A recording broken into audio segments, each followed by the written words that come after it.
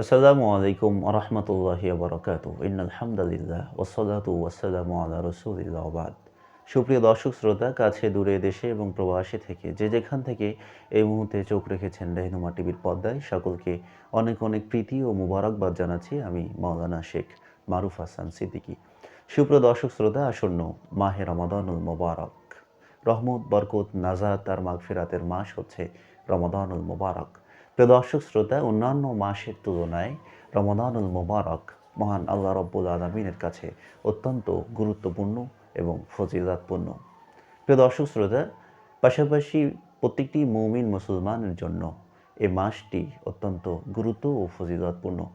প্রতিটি মুমিন মুসলমান এই আকাঙ্ক্ষায় থাকে, কবে 11টি মাস পার হয়ে মাহে রমাদানুল মোবারক দরজায় এসে কড়া নাড়বে। প্রিয় দর্শক শ্রোতা, মাহে রমাদানুল মোবারক আল্লাহ তাআলার কাছে এত গুরুত্বপূর্ণ এবং ফজিলতপূর্ণ হয়েছে, তার বেশ কয়েকটি কারণ রয়েছে।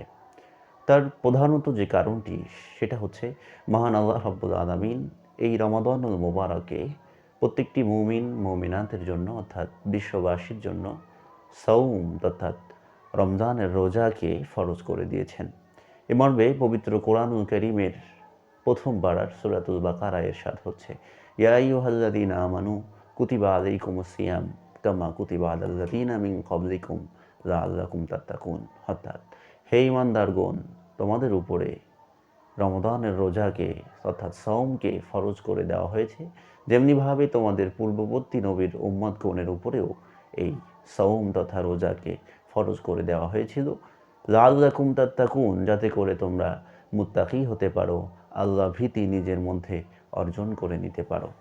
সুপ্রিয় দর্শক শ্রোতা, রমাদানের রোজা ফরজ হওয়ার কারণে এই মাসে রোজা যেহেতু ফরজ হয়েছে, সেজন্য আল্লাহ তাআলা এই রমাদানুল মোবারককে এত গুরুত্বপূর্ণ করে দিয়েছেন।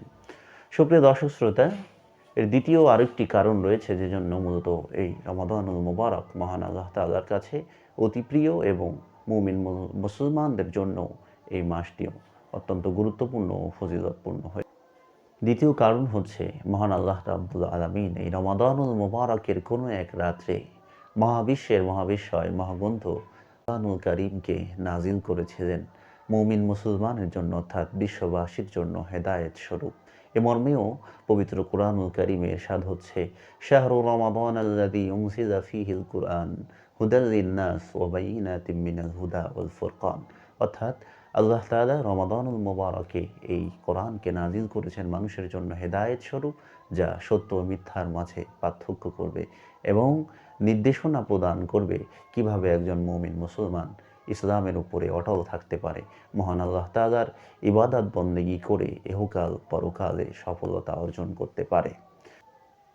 প্রিয় দর্শক শ্রোতা, রমাদানুল মোবারক আল্লাহর কাছে গুরুত্বপূর্ণ হওয়ার আরও একটি বিশেষ কারণ রয়েছে। কারণ আল্লাহ তাআলা বলছেন, এই রমাদানুল মোবারকে এমন একটি রাত, এমন একটি রজনী রয়েছে যা হাজার মাস থেকে উত্তম। এ মর্মে পবিত্র কোরআনে বলা হচ্ছে, লাইলাতুল কদরি খায়রুম মিন আলফি শাহর। লাইলাতুল কদর হচ্ছে, এই কদরের রাত্রি হচ্ছে হাজার মাস থেকে উত্তম।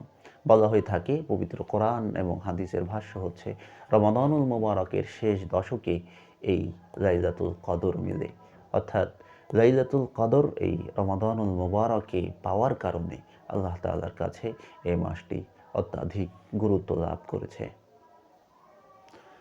এজন্য প্রত্যেকটি মুমিন মুসলমানের দায়িত্ব এবং কর্তব্য হবে এ মাসকে যথারীতি সম্মান প্রদর্শন করে সিয়াম, তারাবি ইত্যাদি পালন করা এবং আল্লাহ তাআলার নৈকট্য লাভ করা, যেমনটি কোরআনে বলা হয়েছে, এবং নিজেদের ভুল ত্রুটি অন্যায় অপরাধের জন্য মহান আল্লাহ রাব্বুল আলামিনের কাছে ক্ষমা চেয়ে নিয়ে ইহকাল এবং পরকালে শান্তি লাভ করা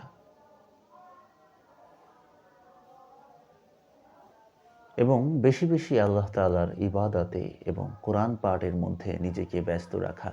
কারণ এ মাসেই কোরআন নাজিল হয়েছিল। তাছাড়া এ মাসে ইবাদত করলে অন্যান্য মাসের তুলনায় বেশি সওয়াব লাভ করা যায়। হাদিসের বর্ণনা এসছে, মহান আল্লাহ তাআলা একে একে 70 গুণ থেকে শুরু করে 700 গুণ পর্যন্ত বান্দার ইবাদতের মর্যাদাকে বৃদ্ধি করেন। প্রিয় দর্শক শ্রোতা, আজকের মতো এখানেই বিদায় নিচ্ছি। আমাদের পরবর্তী অনুষ্ঠান দেখার আমন্ত্রণ রইল। আসসালামু আলাইকুম ওয়া রাহমাতুল্লাহি ওয়া বারাকাতুহু।